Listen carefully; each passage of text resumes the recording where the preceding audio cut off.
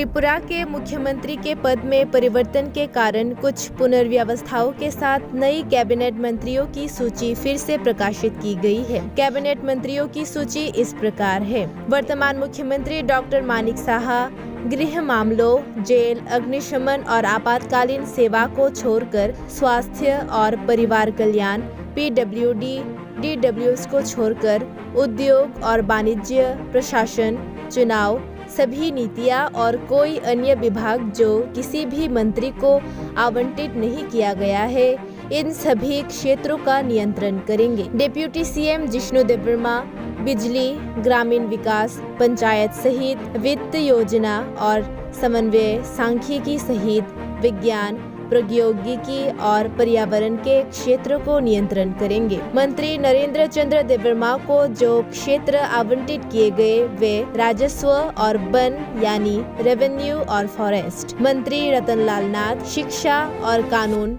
संसदीय मामलों सहित।